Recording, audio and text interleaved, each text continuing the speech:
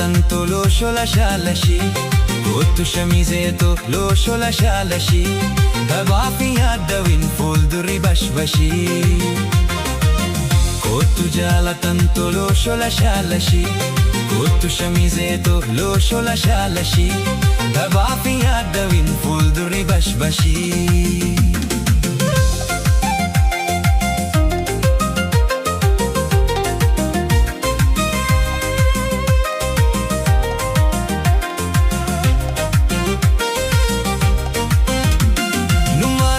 Arkannu ni horra fuuldura taphaafi yaaddawiin dhikkisholee narraa nummaan wal arkannu ni horra fuuldura taphaafi yaaddawiin dhikkisholee narraa gaafa dusiif hima dhaloonni nu dura akka kiyyaa keetii fedhiin taa'e warra meeqatamtu jira bal'oo addunyaarraa.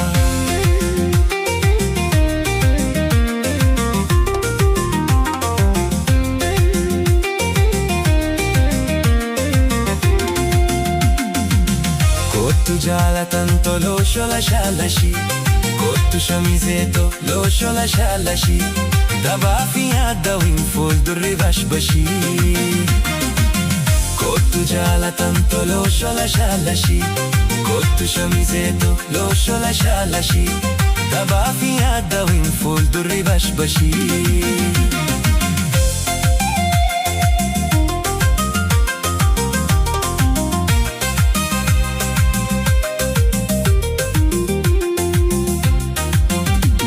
Kennanta waaqaati harka isaa jirti gooda keenyan dabnu nutis uumaa isaati. Kennanta waaqaati harka isaa jirti gooda keenyan dabnu nutis uumaa isaati.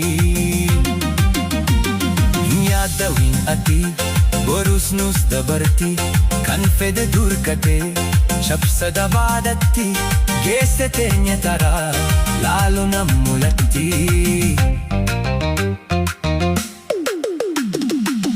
Koottuu jaalatantoo lashanlashii koottuu shamizeetoo lashanlashii taphaafi yaaddawiin fuuldurri bashbashii koottuu jaalatantoo lashanlashii koottuu shamizeetoo lashanlashii taphaafi yaaddawiin fuuldurri bashbashii.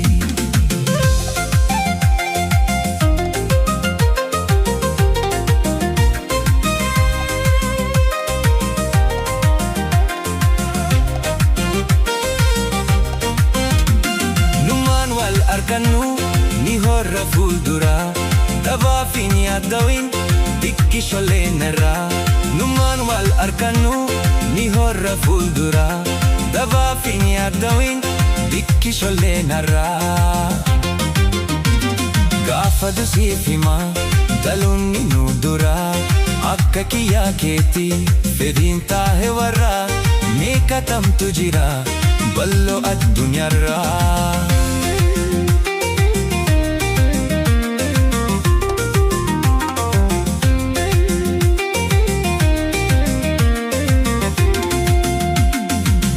Koottuu jaalatantoo lashanlashii koottuu shamizeetoo lashanlashii taphaafi yaaddawiin fuuldurri bashbashii koottuu jaalatantoo lashanlashii koottuu shamizeetoo lashanlashii taphaafi yaaddawiin fuuldurri bashbashii.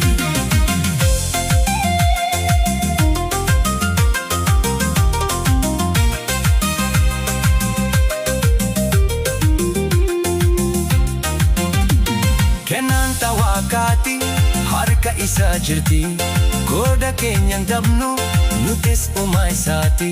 Kennanta waaqaati harka isaa jirti gooda keenyan dabnu nutis uumaa isaati.